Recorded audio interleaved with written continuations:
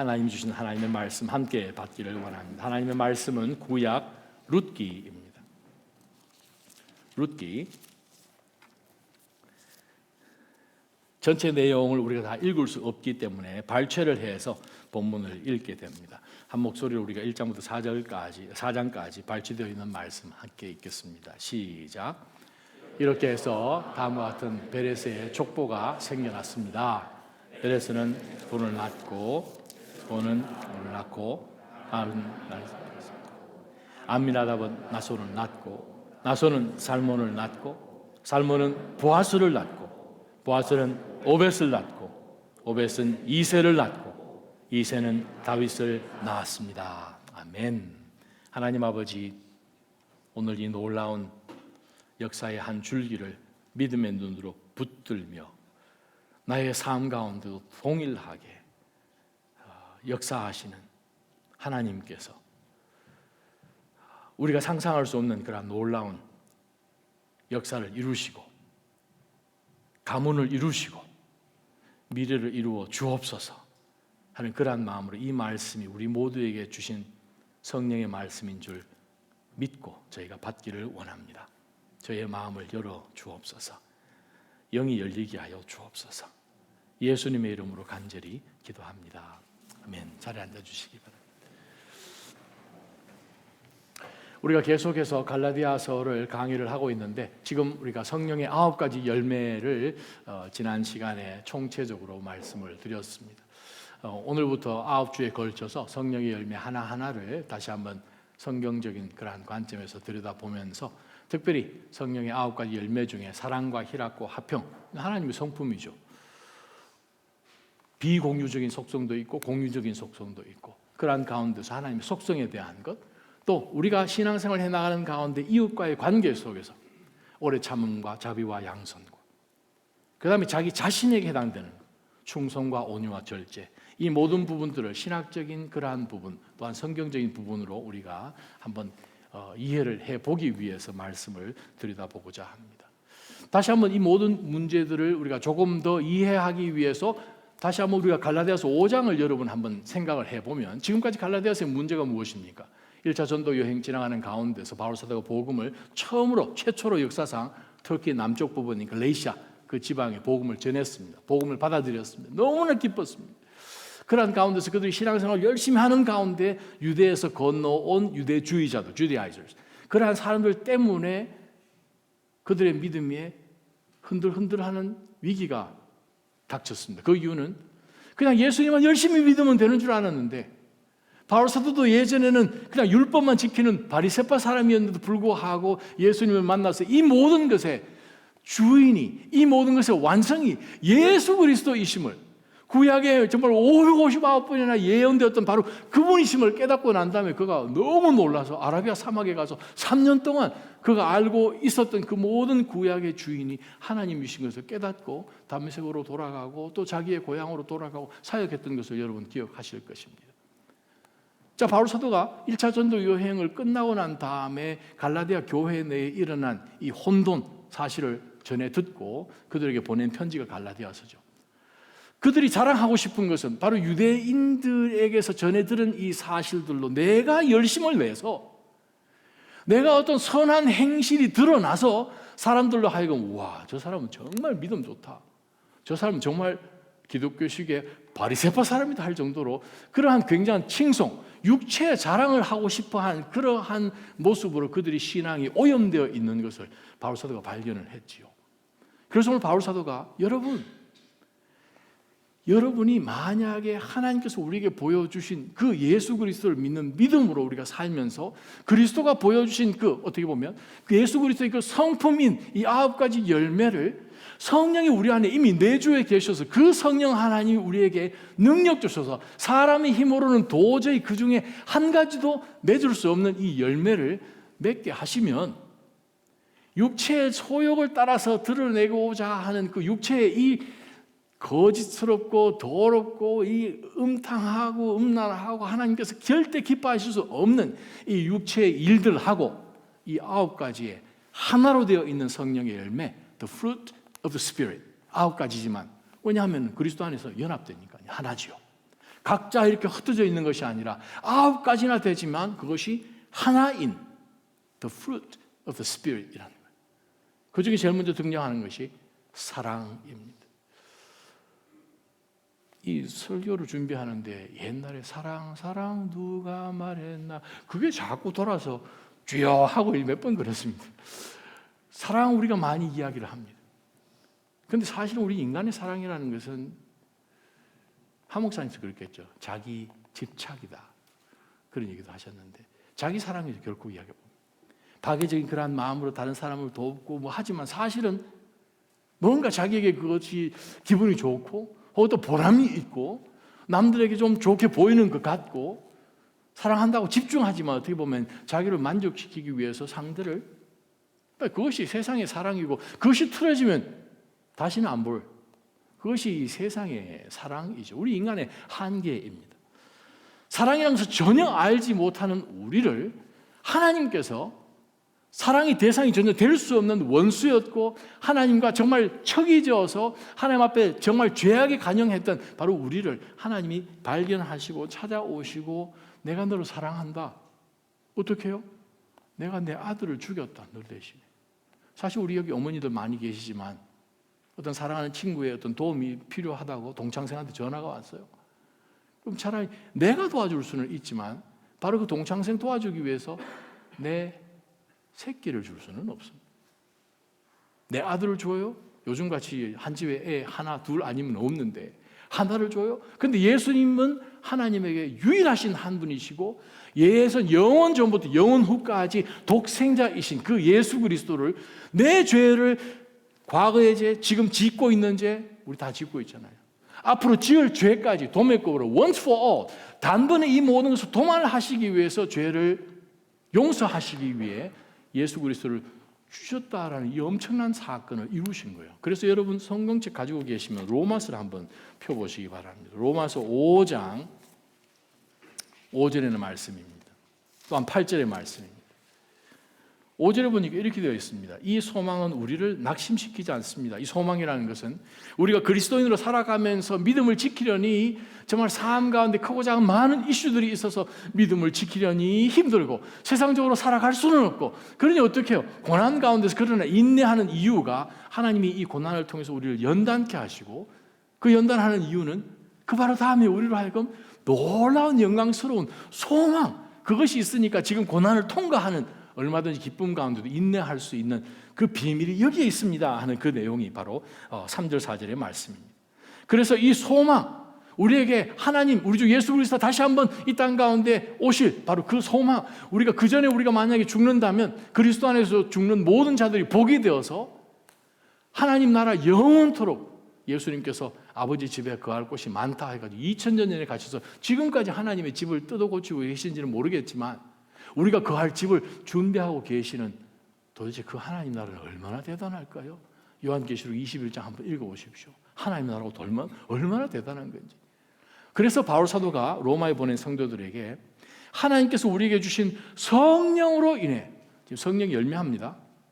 성령 열매 중에서 제일 첫 번째인 사랑 이야기하는데 성령을 인하여 그분의 사랑을 우리 마음에 부어 주셨기 때문에 우리가 소망이 근거가 있고 소망이 우리에게 낙심시키지 않는 근거가 됩니다. 8절 한번 보세요.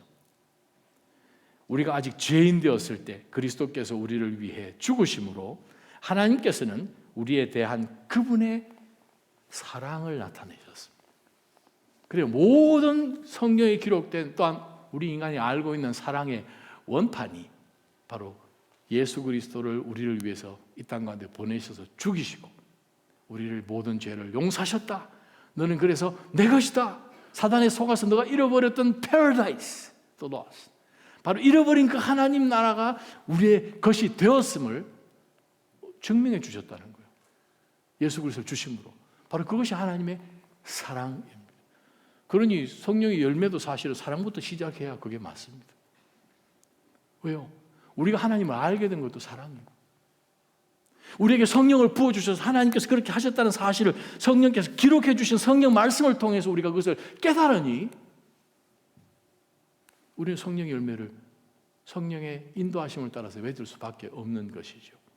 성부 하나님이 성자 하나님을 우리를 사랑하셔서 주셔서 성자 하나님을 죽이시고 약속하신 대로 3일째 부활시키신 이 모든 엄청난 사실을 성령 하나님이 성경 말씀을 통해서 기록을 하셨는데, 우리가 2000년이 지난 가운데서 이 말씀을 읽는 가운데서 우와, 예수님이 나를 먼저 사랑하셨다고, 구약에 기록된 발음하기도 어려운 이 모든 사람들이 영적으로 나의 조상이 되었다고, 내가 아브라함의 후손이 되었다고, 아니 말도 안 되는 하는 그것을 성령 기록하신 성경 말씀을 통해서 우리가 할렐루야 하니 하나님이 흐뭇해 하시는 거예요. 지금 그것을 기록하신 성령 하나님이 기뻐하시는 것이고, 그래서 오늘 성경 말씀을 통해서 기록된 한 사건을 통해서 우리가 성령이 우리에게 맺기를 원하시는, 매 개인마다 예외 없이 그 성령의 열매가 어떤 것인지,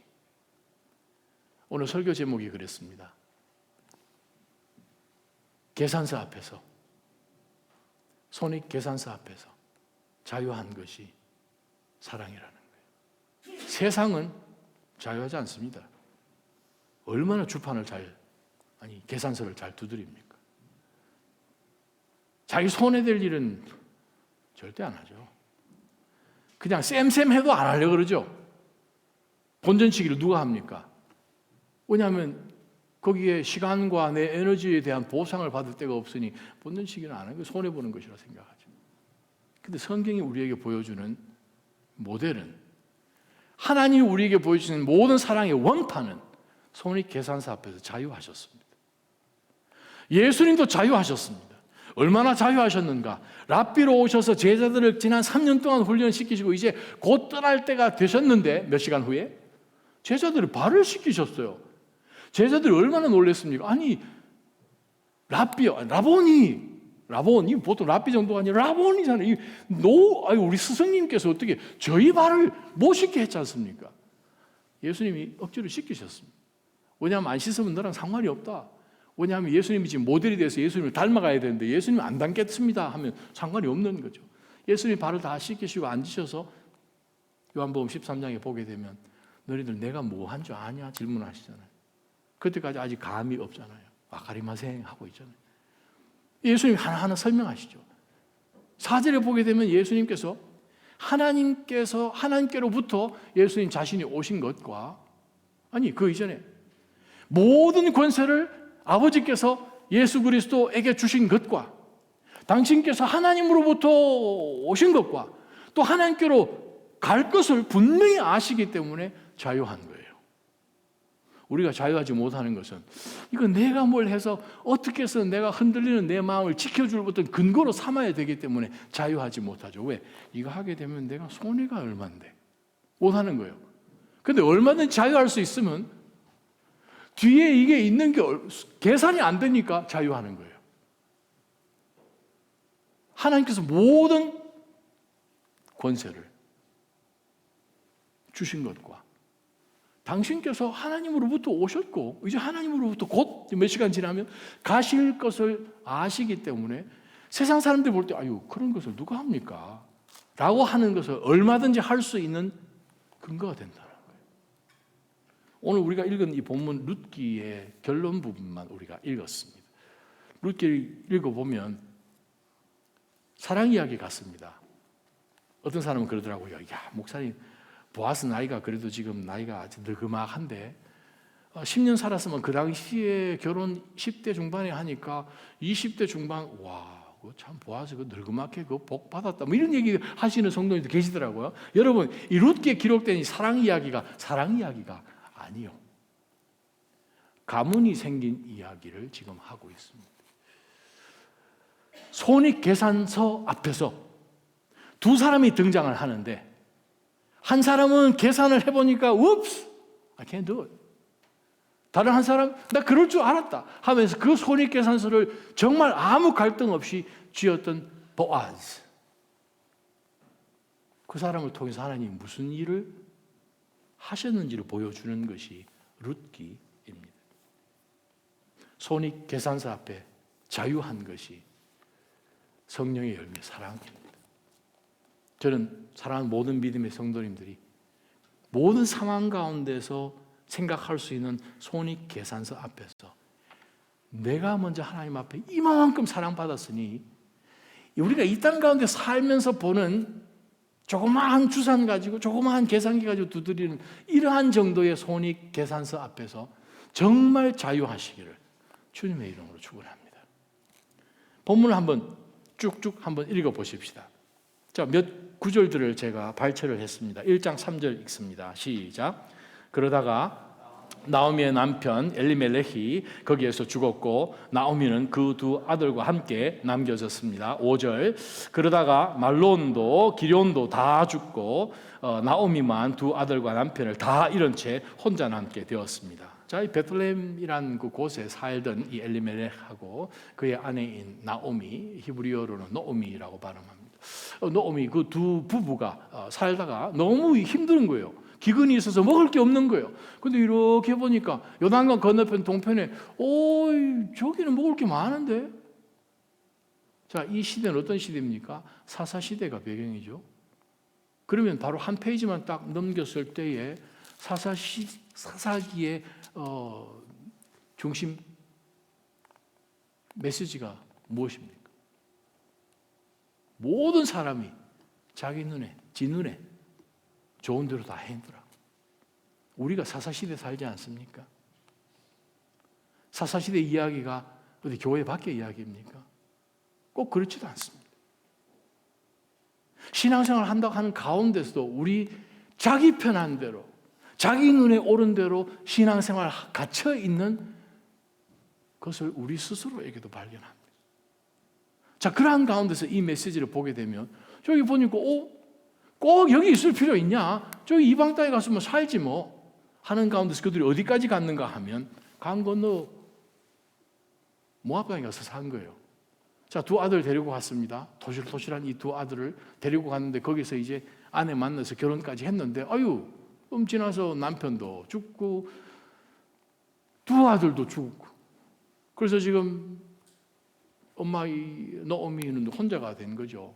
자부 둘이지만 피가 안 섞였으니 결혼을 했는데 또 이방 여인인데 하는 그러한 어려움이 지금 처해 있게 됩니다. 6절부터 13절까지 같이 읽습니다. 시작. 그러던 어느 날 모압에 있던 나오미가 여호와께서 그 백성에게 오셔서 양식을 공급해 주셨다는 소식을 듣고 두 며느리들과 함께 거기에 떠나 고향으로 돌아갈 채비를 했습니다. 7절.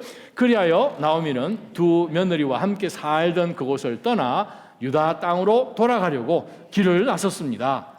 그때 나오미가 두 며느리에게 말했습니다. 너희도 각각 너희 친정으로 돌아가거라. 너희가 그동안 너희 죽은 남편과 또 내게 잘해 주었으니 여호와께서도 너희에게 잘해 주기를 원한다. 여호와께서 너희로 하여금 다시 남편을 만나 그 집에서 각자 편안하게 지낼 수 있게 해 주시기를 바란다. 그러고 나서 나오미가 두 며느리에게 입을 맞추자 그들은 흐느끼면서 나오미에게 말했습니다. 우리는 어머니와 함께 어머니의 민족에게로 가겠습니다. 그러나 나오미가 말했습니다. 내 딸아, 집으로 돌아가거라. 왜 나와 함께 가려고 하느냐? 너희 남편이 될 만한 아들이 내게 더 있기라도 하다면 모를까? 내 딸들아, 집으로 돌아가거라. 나는 너무 늙어 내 새 남편을 들이지도 못한다. 만약 오늘 밤 내게 남편이 생겨 아들을 낳는다 해도 그 아이들이 자랄 때까지 너희가 기다리겠느냐? 너희가 그런 것을 바라고 재혼하지 않고 있겠느냐? 아니다. 내 딸들아, 여호와의 손이 나를 치셨으므로 내가 너희를 생각하면 정말 마음이 아프구나. 지금 이 엘리멜렉과 이 노오미가 살다가 남편을 그리고 두 아들들을 이 고대 근동에서 남편도 없고 아들이 없다면 인생 끝난 겁니다. 사회적인 보장 제도나 사회적인 어떠한 보호막도 없기 때문에 정말 어려운 이건 불보듯 뻔한 그런 어려운 상황입니다. 그런데 베들레헴을 떠났다는 거죠.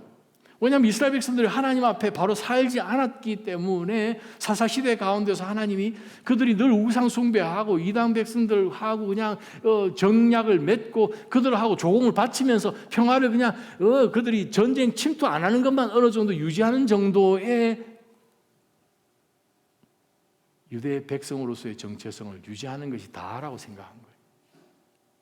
땅을 정복하고 하나님 우리 안에 계시고 그들로 하여금 하나님을 발견할 수 있는 제사장의 나라로 민족들 가운데 하나님이 심으셨는데 때로는 우리가 신앙생활을 하면서 우리도 비슷한 것을 경험합니다. 재정이 어려울 때 있습니다. 건강에, 자녀의 어떤 미래에 관한 이슈들이 때로는 하나님께서 흔들 때가 있습니다. 우리의 컴포트 존을 하나님이 흔드실 때가 있다는 거예요. 그래서 우리가 이 가정 가운데서 발견하는 것은 왜 이들이 하나님 앞에 더 간구하고 기도하고 하나님 이게 무슨 뜻입니까? 제가 이게 무슨 의미인지를 도대체 이해할 수가 없습니다. 이거 뭡니까 하나님이라고 하나님에게 집중하기보다는 우리는 돌아봅니다. 저기 가는 것이 낫겠다. 손익 계산을 해보죠. 베틀레헴, 빵의 집입니다. 근데 빵의 집을 떠나서 그럼 이방에 가면 떡이 있습니까? 그냥 눈으로 보는 가운데서 저들이 하나님 앞에 바로 살지 못해서 당연히 하나님이 엄청난 은혜를 주셔야 되는 이 하나님께서 축복하신 그 베틀레헴을 떠나니까 그들이 세상 음식, 세상의 빵을 찾아서 간 것이죠. 그러다가 돌아보는 가운데 하나님께서 오셨다고 하니까 다시 이제 거기로 갈 것을 이제 결정하는 그것 보면 어떻게 보면 정말 이 나오미의 이 신앙이 정말 많이 힘들어진 그러한 것을 우리가 보게 됩니다. 자, 돌아갑니다. 이제 문제는 이방 사람들과 결혼하는 것이 금지가 되어 있지만 그것이 정말 철저하게 금지된 것은 아닌 상황이지만 그래도 저들을 데리고 가면 요즘도 유대 사람들 그 안에 같이 한번 살아보면 그거 엄청 힘들거든요. 여러분 그 브랑스나 이런 데 가가지고 동네에 있는 유대인들 굉장히 많은 그러한 이 아파트에 한번 들어가 살면 힘듭니다. 세수할 때가 혹은 샤워할 때가 따로 있기 때문에 유대인들 옆에 가면 냄새 정말 많이 시간 맞춰서 치를 닦잖아요. 이빨을 우리가 원하는 대로 닦지 않고요. 정말 엄격하잖아요. 2010년인가 11년인가 브루클린 뉴욕에서 유대인들을 위한 그 집회를 하면서 준비하면서 서울에서도 식구들도 오고 또 여기 미국에 있는 그 당시 또 이제 뉴욕에서 사역을 했으니까 참석하고 와 양옆에 랍비들이 앉았는데 제가 기도를 주여 방독면을 주옵소서. 죽음이 죽음. 자 그러한 곳에 가면 이 모압 여인들 자 그러한 가운데서 이 나오미가 고향으로 가라, 민족들에게로 가라, 친정으로 돌아가라 라고 했을 때에 뭐라고 지금 그들이 대답을 하는지 한번 보시죠. 15절부터 17절까지 시작. 나오미가 말했습니다. 보아라, 내 동서는 자기 민족과 자기 신들에게 돌아갔다. 너도 내 동서와 함께 돌아가거라. 그러나 롯이 대답했습니다. 자꾸 저한테 어머니를 떠나거나 어머니에게서 돌아서라고 하지 마십시오. 어머니가 가시는 곳이면 저도 갈 것이고 어머니가 머무시는 곳이면 저도 머물 것입니다. 어머니의 민족이 제 민족이며 어머니의 하나님이 제 하나님이십니다. 어머니가 죽는 곳에서 저도 죽을 것이고 저도 거기에서 묻힐 것입니다. 죽음 외에 그 어떤 것도 어머니와 저를 갈라놓을 수 없습니다. 그렇지 않으면 여호와께서 내게 심한 벌을 내리고 또 내리셔도 좋습니다. 우와, 10년 남짓하게 모압 지역을 살면서 엘리멜렉 시아버지와 노오미 그 시어머니를 통하여서 여호와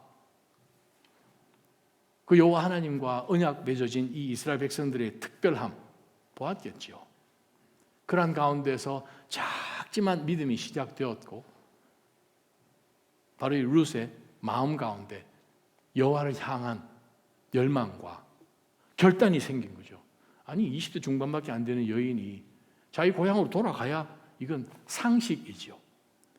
손이 계산해봤을 때 돌아가야 정상입니다. 그런데 지금 룻은 그것을 거절하고 어디를 가든지 간에 따라가겠습니다 라고 고백을 합니다. 19절부터 읽습니다. 19절 21절 시작. 그리하여 두 여인은 마침내 베들레헴에 도착하게 됐습니다. 그들이 베들레헴에 도착하자 온 성안이 그들 때문에 떠들썩해졌습니다. 그곳 여자들이 말했습니다. 이게 노미가 아닌가? 그러자 그녀가 그들에게 말했습니다. 나를 노미라고 부르지 말고 이제 마라라고 부르시오. 전능하신 분께서 내 인생을 고달프게 만드셨으니 말입니다. 내가 나갈 때는 풍족했는데 이제 여호와께서 나를 빈털터리로 돌아오게 하셨습니다. 그러니 어떻게 노미라 부르겠습니까? 여호와께서 나를 치셨고 전능하신 분께서 내게 고난을 주셨으니 말입니다. 자, 여기서 지금 여호와라는 말도 쓰지만 전능한 샤다이라는 말을 계속 쓰죠. 싸움하시는 신이란 뜻입니다. 전쟁하시는 하나님이란 뜻이죠. 바로 그 Almighty라고 우리 영성경 번역한 그 단어인데 하나님이 나를 대적하시는 내가 어떻게 이깁니까? 때로는 우리가 신앙생활 나가는 가운데에서 우리가 문제를 다 이해하지 못한 가운데서 사실은 하나님이 설명해 주셔도 사실 우리는 몰라요. 하나님의 그 다른 더 높은 뜻을 우리가 어떻게 이해하겠습니까? 우리가 바둑을 둡니다. 장기를 둡니다. 몇 수를 앞을 볼 수 있겠죠. 500년 후 수를 어떻게 알겠습니까? 우리 다음 세대 수를 어떻게 알 수 있겠습니까? 우리가 기껏해야 보는 것은 오늘이에요. 내일도 사실 무슨 일이 일어날지 모르잖아요. 장례를 해보면 그곳에 참석하는 사람들 늘 하는 말이 호상입니다. 속으로 당신도 갑니다. 진짜잖아요. 우리도 그렇게 가잖아요. 아침에 1살도 안 된 애 장례하고 오후에 90 넘은 분 장례하고 참 그 사이에 서 있는 이 목사의 마음이 정말 희한하더라고요. 그 사이에 우리가 살잖아요, 사실. 죽음이 언제든지 찾아올 수 있는데. 근데 중요한 것은 하나님께서 이 모든 것 아시고 허락하셨고 이 모든 상황 속에서 내가 믿음을 얼마든지 견뎌내는 가운데 하나님이 어떤 열매를 끄집어내실지는 하나님만 알고 계시는데 우리가 이 땅 살아가는 것이 내가 주인이라고 생각하니 이건 내가 원하는 그림도 아니고 내가 원하는 스케줄이나 타이밍도 아니어서 이해 안 되죠.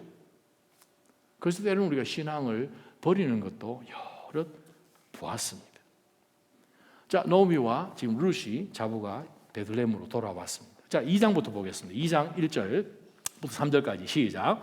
노미에게는 남편 쪽 친척으로 엘리멜렉 가문 가운데 큰 부자가 하나 있었는데 그 이름은 보아스였습니다. 모압 여자 룻이 나오미에게 말했습니다. 밭에 갔다 오겠습니다. 누군가 제게 잘 대해주는 사람을 만나면 그 사람을 따라가 이삭을 주워오겠습니다. 그러자 노미가 그녀에게 말했습니다. 내 딸아 잘 갔다 오너라. 그러자 그녀는 밖으로 나가 추수하는 사람들을 따라 밭에서 이삭을 줍기 시작했습니다. 그런데 우연히도 그녀가 일하고 있는 곳은 엘리멜렉의 친척인 보아스의 밭이었습니다. 여러분, 우연히도. 자, 여기서 질문합니다. 우리 그리스도의 삶 가운데 우연이라는 것이 있을 수 있나요? 절대 우리 그리스도인들 가운데서 영어로 하지 말아야 될 영어 표현이 2개가 있는데 첫 번째는 good luck. 절대 하지 마십시오. 우리는 우연이 없어요. good luck. 운이 좋아서 이런 얘기 절대 하면 안 됩니다. 그러한다면 오 마이 갓 하는 거잖아요. 오 마이 갓. 절대 하면 안 됩니다. 왜 여호와의 이름을 망령되이? 그거 안 씁니다. 미국 사람들은 더 나아가서 예수님 이름 얘기하는 그거 그런 거 당연한 거겠지만, 자, 그러한 가운데서 지금 이 노미와 룻이 이제 예루살렘에 베들레헴에 살게 되었는데 이제 할 수 있는 게 아무것도 없죠. 그냥 밭에 나가서 일하는 그 일꾼 뒤에서 떨어지는 이삭 조각죠. 알갱이 그거 얼마 주워가지고 먹을 수 있겠습니까? 왜냐하면 이스라엘의 이 신명기에 보게 되면 레위기도 등장하지만 법으로 절대 2번을 털든지 뒤돌아보든지 땅에 헐어져 있는 것을 줍든지 그걸 못하고 그냥 앞으로 쭉 일꾼들이 나가서 일을 하고 떨어진 모든 것들은 고아와 과부들이 얼마든지 와서 가져갈 수 있도록 하나님께서 그 법을 정해 주신 거예요. 인간들의 제도 가운데서 그런 사람들이 소외되니까. 자, 그래서 지금 그렇게 하려고 하는 가운데서 이 노오미는 자기 며느리에게 이렇게 이야기합니다. 내 딸아, 잘 갔다 오느라. 정말 기도하는 마음으로 하나님의 도움을 간절히 구하는 가운데 일하러 갔는데 룻께서 등장하는 것은 무엇입니까? 직접 앞에서 나서지는 않으시는데 보여지는 하나님의 손이 바로 이 룻의 주인공입니다. 하필이면 갔는데 2장 1절에 등장하는 그 보아스라는 그 사람, 먼 친척인데, 그렇죠? 바로 그 사람이 아주 큰 부자인데, so what? 나랑 상관이 없는 그런 사람인데, 뭐 그냥 얘기만 들었는데, 노오미만 알고 있는데, 룻은 전혀 모르잖아요. 아직 얘기도 안 한 상태 속에서. 가서 이제 일을 했는데, 하필이면, 그래요. 우리 그리스도인들 삶 가운데 우연은 없습니다. 우연이 있다면 하나님이 존재하시면 안 됩니다. 분명히 하나님은 전지하신 하나님, 전능하신 하나님, 모든 것 가운데서 무소부재한 omnipresent 하신 하나님이셔야 되는데, 하나님이 없는, 하나님도 모르는, 하나님의 능력도 미치지 못하는 어떤 우연이라는 것이 있다면 우리는 하나님 믿을 필요 없습니다. 근데 우리가 믿는 하나님은 온 우주 만물을, 아니 시간을 창조하신 하나님이시잖아요. 빛이 있으라 어둠이 있게 되고 낮과 밤을 주관하게 하고 모든 하늘 해와 달과 별들을 만드신 하나님이십니다. 그 하나님이 하나밖에 없는, 영원 전부터 영원 후까지 단 한 번도 찢어진 적이 없는, 찢어진 적이 없는 독생자 예수 그리스도 우리에게 주셔서 아들 예수 그리스도께서도 이 땅 가운데 오셔서 십자가에 달리셔가지고 완벽한 인간이시지만 완벽한 하나님이신 그분이 영원 전부터 영원 후까지 삼위일체인 하나님 가운데서 한 번도 띄어져 나온 것을 경험해보지 못하신 분이 지금 찢겨져서 외치지만 하나님께서 돌아보시는 이 경험해보지 못한 이것 때문에 예수님께서 엘로이 엘로이 람마 삽다니 하시잖아요. 하나님은 하나밖에 없는 독생자를 우리에게 아끼지 않고 주신 그 하나님이 우리가 어떤 일 가운데 있는 것 하나님이 외면하시겠습니까? 모르시겠습니까? 그렇지 않습니다. 왜냐하면 아들을 주셨기 때문에, 그만큼 우리를 사랑하시는 하나님이시니 우리 삶 가운데 일어나는 모든 것을 하나님이 다 꿰고 계시는 정도가 아니라 하나님께서 역사, 우리 눈에는 우연하게 보이지만 계속해서 말씀 읽어보면 나가십시다. 2장 8절입니다. 2장 8절 시작. 그러자 보아스가 룻에게 말했습니다. 내 딸이여, 내 말을 들어보시오. 다른 밭에 가서 이삭을 줍지 말고 여기서 멀리 가지도 말고 여기 내 요정들과 함께 일하시오. 사람들이 추수하는 이 밭을 잘 살피며 따라다니시오. 내가 사람들에게도 당신을 건드리지 말라고 말해 두었어. 그리고 목이 마르면 가서 젊은 이들이 채워놓은 물병에서 물을 따라 마셔도 되오. 이 말에 룻은 얼굴을 땅에 대고 엎드려 말했습니다. 내가 이방 사람인데도 어째서 친절을 베풀어 주시고 돌봐 주십니까? 보아스가 대답했습니다. 남편이 죽은 후 당신이 시어머니에게 한 일에 대해 모두 들었어. 당신의 부모와 고향을 떠나 알지도 못하는 민족과 함께 살려고 온 것 말이요. 여호와께서 당신의 행실에 대해 갚아 주실 것이요. 당신이 이스라엘의 하나님 여호와의 날개 아래로 보호받으러 왔으니 그분께서 당신에게 넉넉히 갚아 주실 것이요. 아멘. 저는 사랑하는 모든 믿음의 지체들이 어떤 어려운 고난과 어려운 상황 속에서 주의 날개 밑으로 늘 피하시기를 주님의 이름으로 축원합니다. 그게 기도예요.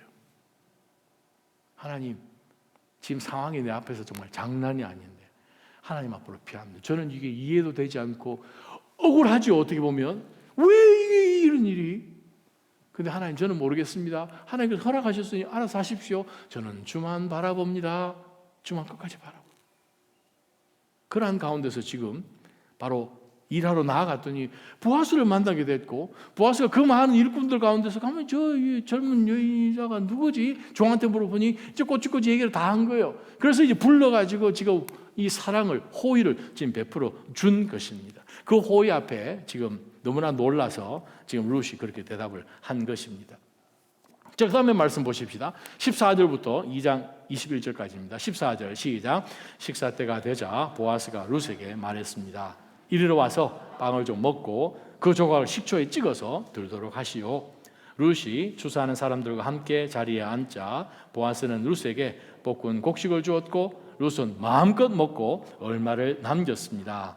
룻이 다시 이삭을 주우려고 일어나자 보아스는 젊은 일꾼들에게 명령했습니다.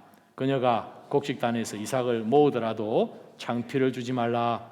그녀가 주워갈 수 있도록 오히려 곡식단에서 얼마를 남겨두도록 하고 그녀를 나무라지 말라. 그리하여 룻은 저녁까지 밭에서 이삭을 주었습니다. 그러고 나서 룻이 자기가 모은 것을 타작해 보니 보리 1에바가 됐습니다. 요즘으로 보면 6 gallons, 6갤런이에요. 이거 혼자 들기 쉽지 않은 엄청난 양의, 왜냐하면 종들이 일부러 주인께서 말씀하신 일부러 그냥 이삭들을 바닥에 남겨주니까 그걸 다 모았더니 6 갤런 정도 되는 엄청난 양을 지금 모았습니다. 18절입니다. 시작. 그녀가 성으로 그것을 가지고 가서 그 모은 것을 시어머니께 보였습니다. 룻은 그것을 꺼내어 자기가 실컷 먹고 남은 것을 내보였습니다.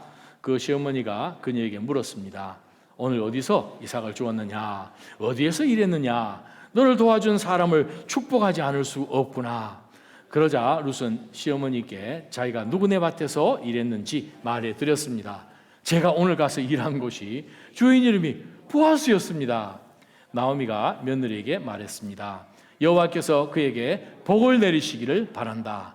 그가 죽은 우리 식구들에게 친절을 베풀더니 살아있는 우리에게도 그칠 줄 모르는구나. 그리고 이어 말했습니다. 그 사람은 우리 가까운 친척이니 우리를 맡아줄 사람 가운데 하나다. 21절. 그러자 모압 여자 룻이 말했습니다. 그는 제게 내 일꾼들이 내 모든 추수를 마칠 때까지 거기 함께 있어라고 말했습니다. 자, 여기서 등장하는 말씀입니다. 우리를 맡아줄 사람, 고엘이라고 그러죠. 가알이란 말은 정말 살다가 하나님께서 그 지파에게 주신 그 땅들이 후손들에게 쭉 내려갔는데 살다 보니까 너무 힘들어서 내 땅 좀 사주시오. 땅 좀 사서 내가 땅값을 팔고 그 돈 가지고 내가 빚도 좀 갚고 좀 살아야겠어. 나는 너무 힘듭니다. 이 소장농 같은 그런 이 단계로 점점 어려워져서 주변에 좀 부유한 사람들이 그 땅을 사줍니다. 그 땅을 사주면 그 땅값 판 것을 가지고 이제 좀 생존할 수 있는 바로 그 사람 시스템이 레위기 25장에 나오는 고엘이라는 거인데 바로 이 보아스라는 사람이 만약에 마음만 먹는다면 우리에게 해줄 수 있는 사람이다라는 것을 지금 설명합니다. 자, 그러한 가운데서 우리가 그 다음 계속 읽어가도록 하겠습니다. 3장입니다. 3장 1절부터 6절까지 시작. 어느 날 시어머니 나오미가 그녀에게 말했습니다. 내 딸아, 내가 잘 살 수 있게 너를 위한 안식처를 내가 알아봐야겠다. 내가 함께 일했던 여종들의 주인 보아스가 우리 친척이 아니냐. 오늘 밤 그가 타작마당에서 보리를 까부를 것이다. 그러니 너는 몸을 씻고 기름을 바르고 제일 좋은 옷을 입고 타작마당으로 내려가거라. 다만 그가 다 먹고 마실 때까지 내가 거기에 있는지 모르게 하여라. 그리고 그가 누우면 그가 눕는 곳을 알아두었다가 거기에 가서 그의 발치 이불을 들치고 누워라. 그러면 내가 어떻게 해야 할지 그가 알려줄 것이다. 자, 여기 말씀은 뭔가 하면 이 유대 법에서 어떤 가정 가운데, 가문 가운데 어떤 어려운 일이 있어가지고 지금 땅을 팔아서 그 돈 가지고 이 어려움을 넘어가지 않으면 정말 다 굶어 죽게 되는 그러한 상황에 있는 어떤 한 가족을 보았을 때 그 같은 가문에서 가장 가까운 친척이 그 땅을 사서 돈을 줌으로 인하여서 그 문제를 해결할 수 있도록 해야 되는 하나님의 말씀이 있습니다. 바로 그 말씀을 노아미는 알고 있습니다. 아직 지금 룻은 아마 성경 본문 가운데서 나타나지 않으니까 아마 모를 수도 있습니다.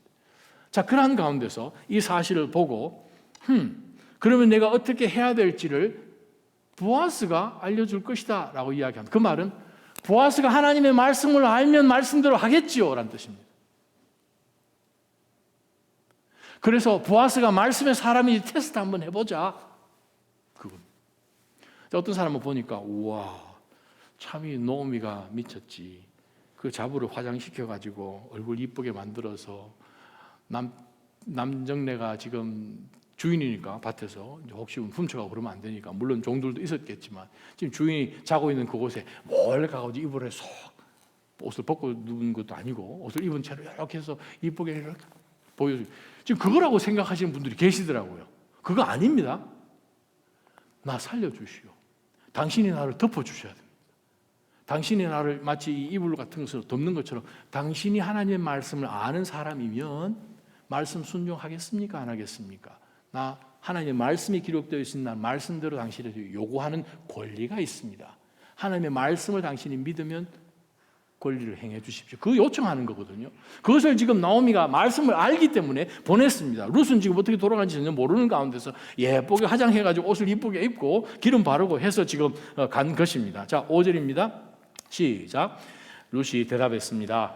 어머니가 시키시는 것이라면 하겠습니다. 그리하여 그녀는 타작마당으로 내려가 시어머니가 말해준 대로 했습니다. 보아스는 다 먹고 마신 뒤에 기분이 좋아져서 곡식 더미 아래쪽으로 가서 누웠는데 롯이 살금살금 다가가서 그 발치 이불을 들치고 거기 이제 누웠습니다. 7절 8절 시작. 8절 시작. 한밤중에 그 사람이 깜짝 놀라 뒤돌아보았습니다. 거기 발치에 한 여자가 누워 있는 것이었습니다. 그가 물었습니다. 누구요? 롯이 대답했습니다. 당신의 여종 롯입니다. 당신은 저를 맡아야 할 고엘 친척이니 당신의 옷자락으로 저를 덮어 주실 수 있겠습니까? 당신이 이 문제를 해결해 줄 수 있겠습니까? 했더니 10절입니다. 시작. 그가 말했습니다. 내 딸이여, 여호와께서 당신에게 복 주시기를 빌겠소. 당신이 빈부를 막론하고 젊은 사람들 얼마든지 따라가지 않았는데 당신의 아름다운 마음씨는 지금까지 보여준 것보다 아니 당신 하나님의 말씀 그거 어디서 배웠어? 이 말이잖아요. 그 마음 참 귀하네요. 와가지고 하나님의 말씀대로는 살려고 해서 이 늙은만 나에게 뭘 보려고 20대 중반밖에 안 되는 여인이 와가지고 말씀대로 하나님 당신을 복 주실 수밖에 없겠습니다 라고 이야기합니다. 자, 11절입니다. 시작. 그러니 내 딸이여 이제 두려워하지 마시오. 당신이 요구하는 대로 내가 다 들어주리다. 당신이 정숙한 여인이란 것은 우리 성 사람들이 다 알고 있어. 내가 당신의 가까운 친척이기는 하지만 나보다 더 가까운 친척이 한 사람 더 있습니다. 그래서 지금 이제 보아스가 지금 룻 보고 기다려 보시오. 당신이 나한테 요청을 하긴 했는데 사실 당신이 모르는 사람 한 사람이 나보다도 촌수가 조금 가까운 사람 한 사람도 있습니다. 그 사람이 만약에 하나님의 말씀을 순종하는 마음이 있어서 당신에게 기업 물을 사람으로 하겠다 그러면 저는 못합니다. 비록 당신이 나를 요청을 했지만. 그러나 일단 일이 그렇게 돼야 하니까 한번 기다려 봅시다 해가지고 지금 그 날이 거의 이제 동트는 가운데서 그 룻에게 또 더 많은 곡식을 이제 씌워서 이제 보내줍니다. 자, 제일 뒷부분 보겠습니다. 3장 18절입니다. 그러자 나오미가 시작. 3장 18절 시작. 그러자 나오미가 말했습니다. 내 딸아, 이 일이 어떻게 될지 조용히 앉아서 기다리자. 그 사람이 오늘 이 일이 해결될 때까지 쉬지 않고 다닐 것이다. 아멘. 자, 지금 이 말씀 가운데서 지금 하나님의 말씀을 잘 알고 있는 또 하나님께서 놀라운 일을 행하실 것을 분명히 알고 있는 노미가 그 며느리를 보내면서 이 일들이 정말 믿음 안에서 일어나는지를 한번 봅시다 해가지고 일이 진행됩니다. 자, 이제 4장 마지막 장입니다. 같이 읽겠습니다. 4장 1절부터 3절까지 시작. 한편 보아스는 성문으로 올라가 앉았습니다. 그런데 그가 말하던 그 가까운 친척이 지나갔습니다. 보아스가 그에게 말했습니다. 내 친구여, 마침 잘 왔네. 이리로 와서 앉게. 그러자 그가 와서 앉았습니다. 보아스는 그 성의 장로 10명을 데려와 앉으라고 했고 그들은 거기 앉았습니다. 그러자 보아스는 그 친척에게 말했습니다. 모압에서 돌아온 노어미가 우리 형제 엘리멜렉의 땅을 팔려고 합니다. 자, 지금 성문으로 올라가서 앉았습니다. 그 당시에 성문은 법정입니다. 성문이 이렇게 생겼잖아요. 성문 벽이 이렇게 되어 있으면 여기 이제 법정 1호, 법정 2호 이런 식으로 해가지고 그 마을에 있는 장로들이 이제 법정인 그런 문제들을 해결하는 이제 정식 법정이 지금 열렸습니다. 자, 그런 가운데서 계속 12절까지 읽어볼 것입니다. 4절입니다. 시작. 내가 이 문제를 여기 앉은 사람들 앞에서 그리고 내 백성의 장로들 앞에서 자네가 그것을 사도록 말하고 권해야겠다는 생각이 들었네. 자네가 그것을 사주겠다면 그렇게 하도록 하게. 자네가 원하지 않는다면 내게 말해주게. 내가 알아서 하겠네.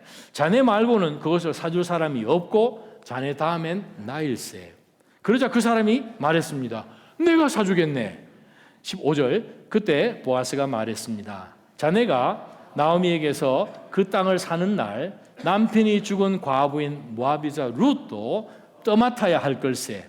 그 죽은 사람의 이름으로 그 유산을 이어가도록 말일세. 스탑.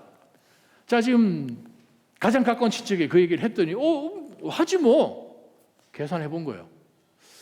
희년까지는 앞으로 한 40년 남았네. 성경에 안 나옵니다. 희년이 무엇입니까? 7번의 안식 해를 더해서 그 다음 해가 희년이니까 77, 40, 50th 50태 되는 그 해에는 그 전에 돈 주고 샀던 그 모든 땅들을 그 지파에게로 원위치, 무조건 돈 안 받고 원위치 해야 되는 게 하나님의 법이거든요. 자, 그러면 나한테 좀 여윳돈도 좀 있고 뭐 사지 뭐. 내가 손익 계산해 보니까 한 안식년 희년까지는 그래도 한 몇십 년 남았으니까 사람들 들여다가 장사하고 곡식하고 그럼 이건 돈 버는 거지 해가지고 계산을 해보니까 되는 거예요. 하겠다 했습니다. 그랬더니 보아스가 이야기합니다. Okay, wonderful.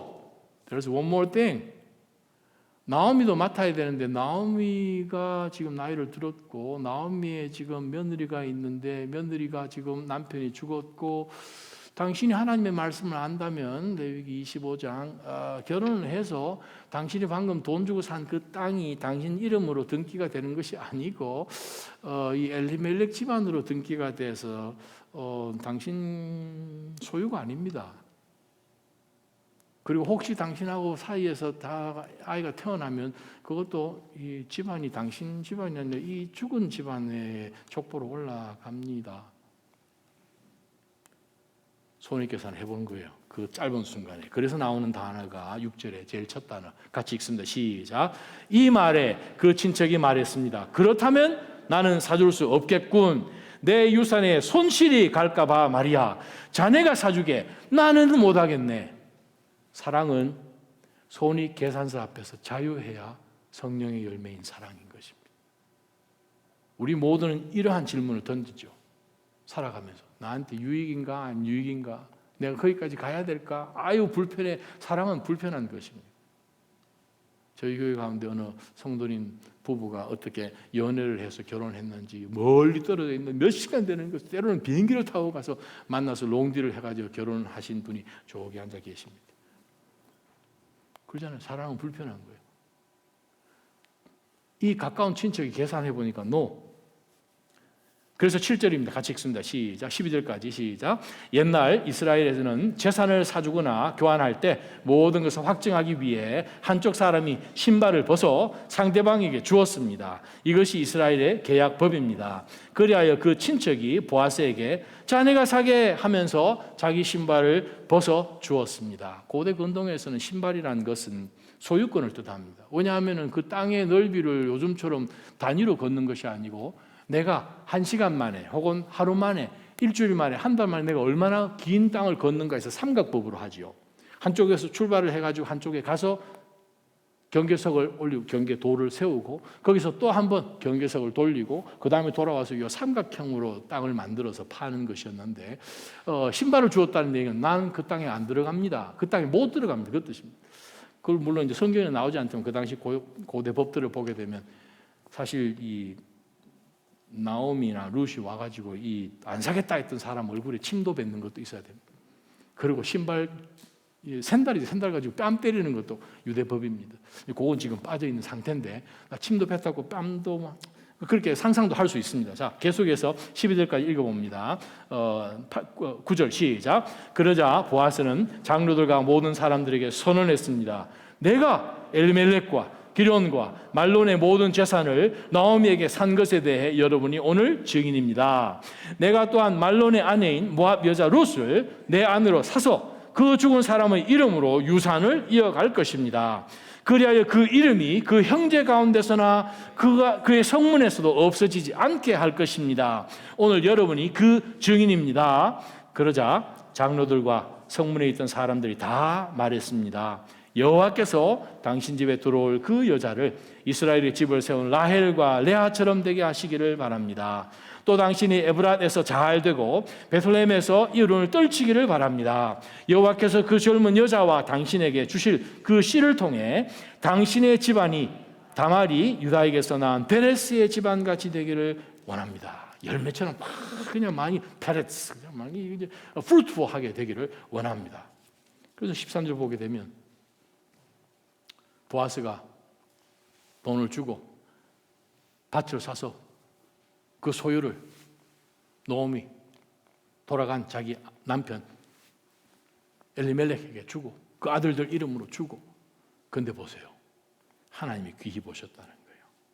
13절을 보니까 하나님께서 룻으로 잉태하게 하셔서 그녀가 아들을 낳았습니다.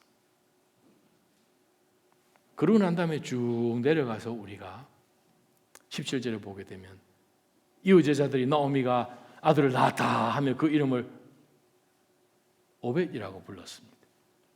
그는 다윗의 할아버지며 이새의 아버지며 이새는 다윗의 아버지입니다. 그전에는 전혀 알지 못했던 어느 한 가문이었는데 하나님께서 이들에게 아들을 주셔서 그 아들을 오벳, 번역하면 종놈이라는 뜻입니다. 섬김. 와, 여러분 아들을 낳았는데 킹이라고 지으면 괜찮겠지만 종놈이라고 지을 사람 누가 있겠어요? 보아스가 도대체 어디서 이렇게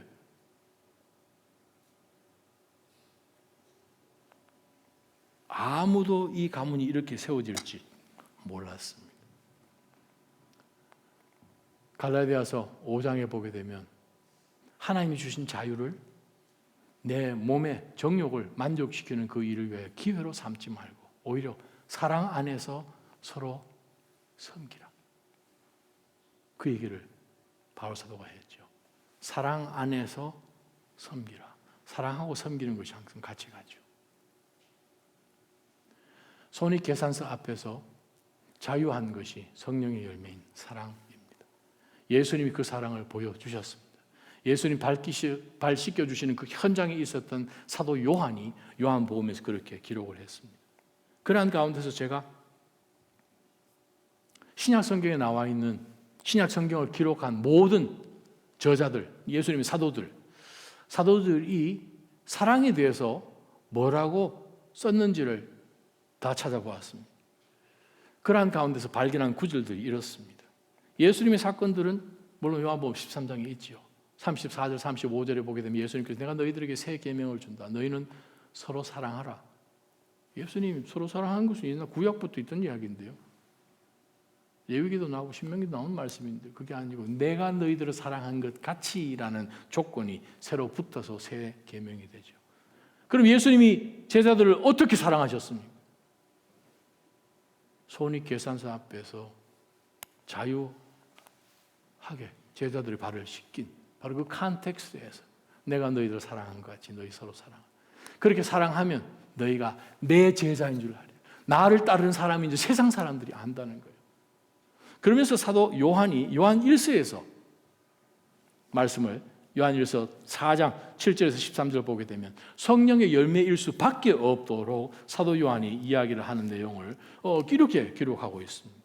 요한 1서 보게 되면 4장 7절에 사랑하는 여러분, 우리가 서로 사랑해야 됩니다. 사랑은 하나님에게서 난 것이기 때문입니다. 사랑하는 사람은 누구나 다 하나님에게서 났고 하나님을 압니다. 그렇지만 사랑하지 않는 사람은 하나님을 알지도 못하는 사람이요. 왜? 하나님은 사랑이신데 사랑하지 않으면 그 사람은 하나님 본 적도 없고 하나님을 알지도 못하는 사람입니다 라고 이야기하면서 13절까지 사랑 이야기를 하는데 13절에 보게 되면 이 말씀을 사도 요한이 기록합니다. 하나님께서 우리에게 성령을 주셨습니다.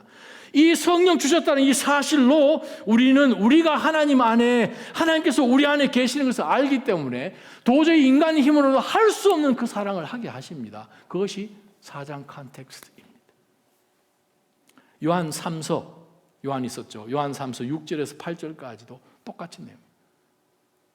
6절에서 11절 읽어보게 되면 마치 갈라디아서 이야기 육체의 일들을 현저하니 이러이러한 내용들처럼 사도 요한도 요한 3서에서 육체의 일들에 대한 리스트로 쭉 적어난 다음에 마치 갈라디아서 똑같이 가는 것처럼 성령의 열매로서 드러나는 사랑의 의미를 다시 한번 기록합니다.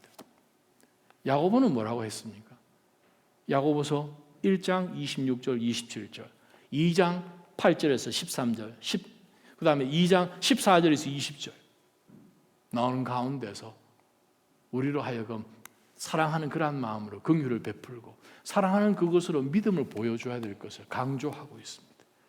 형제들을 보면서 돌아보지 않냐고 사랑하지 않으면 그 경건이 헛된 거 아니냐, 하나님이 보시는 경건은 과부와 가부를 돌아보는 것 아니냐 하는 가운데서 우리로 하여금 정말 계산하지 않고 사랑하는 그것이 예수님의 인간으로 같은 패밀리에서 자랐던 그 야고보 사도가 우리에게 주신 말씀입니다.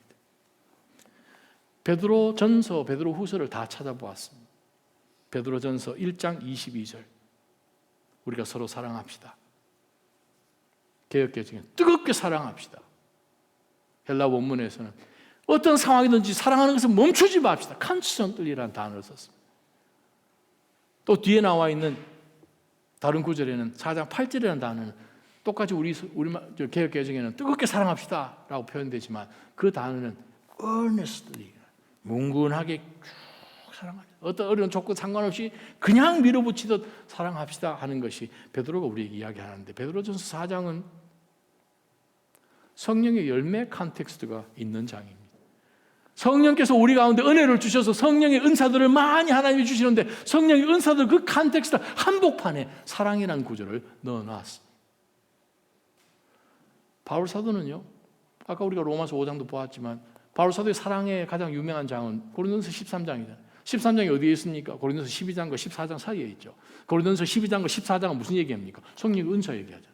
성령 하나님의 은사가 어디로 통하여서 열매를 맺는가? 내가 너희들에게 더 큰 은사들을 보여주리라 하면서 12장이 끝나고 나면 13장에 사랑은 오래 참.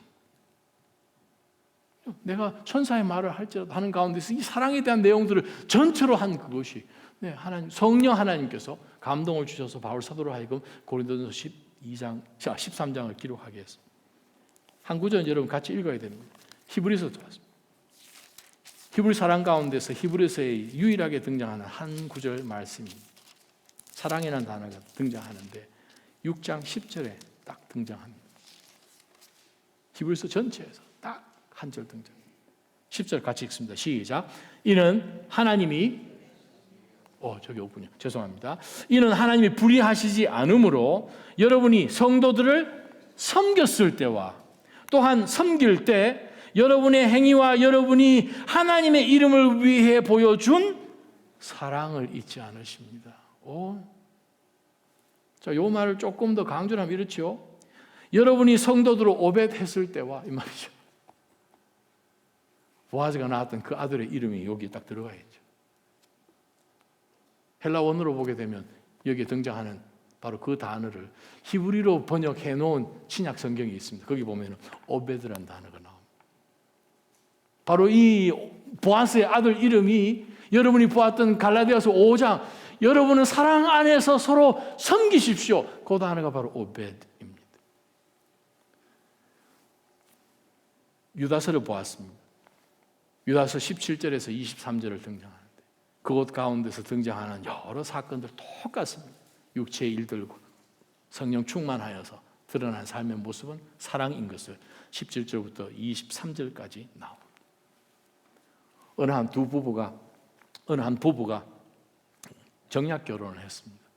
두 아이들 어릴 때부터 부모들이 서로 너무나 잘 아는 그러한 가정이라 결혼할 것을 이제 정략을 해서 두 사람이 성장을 하고 결혼을 했는데 뭐 사랑해서 결혼한 것은 아니고 결혼했는데 첫날밤을 지나고 보니까 부인이 너무 못생긴 거예요. 그래서 이 남편이 그때부터 이 부인을 그냥 구박하기 시작하는데 정말 동네 사람도 정말 다 알 정도로 부인을 얼마나 구박을 했는지 너무 못생겼다고.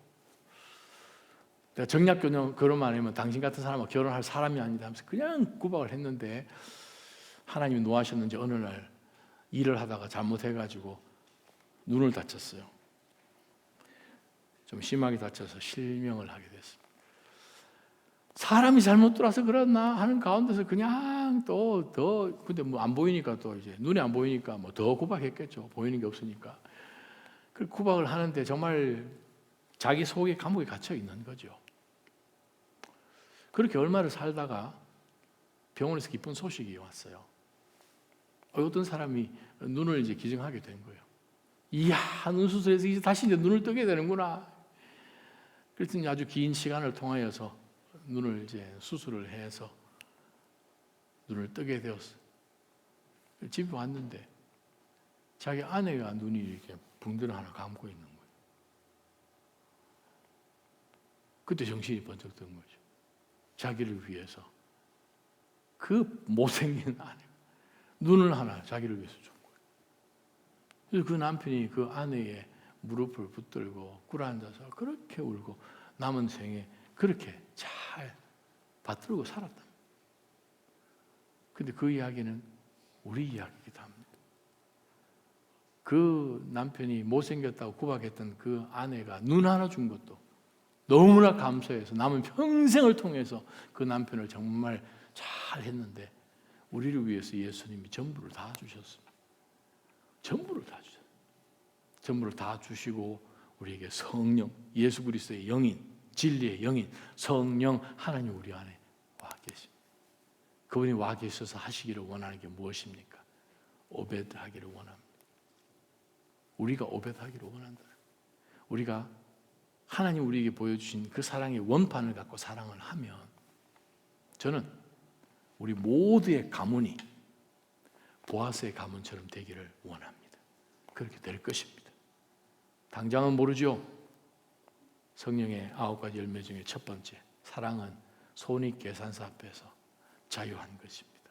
하나님이 말씀하시면 사랑하라고 말씀하셨으니 우리는 어떤 상황이든 조건 걸지 않고 사랑하시는 우리 모두가 되기를 주님의 이름으로 축원합니다. 기도하겠습니다. 하나님 아버지, 오늘 이 말씀 정말 각자 모든 사람이 자기 눈에 좋은 대로 행하는 이 21세기의 사사시대를 살고 있는 우리가 정말 신앙이라고 하지만 교회 안에서도 공동체 안에서조차도 얼마든지 계산하는 것이 익숙한 우리에게 하나님은 오늘 이 말씀하시면서 회개케 하시고 돌이키게 하십니다.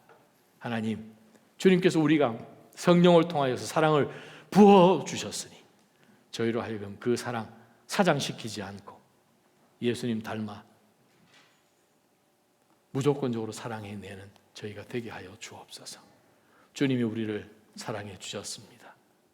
감사합니다. 주님, 예수님의 이름으로 기도합니다. 아멘.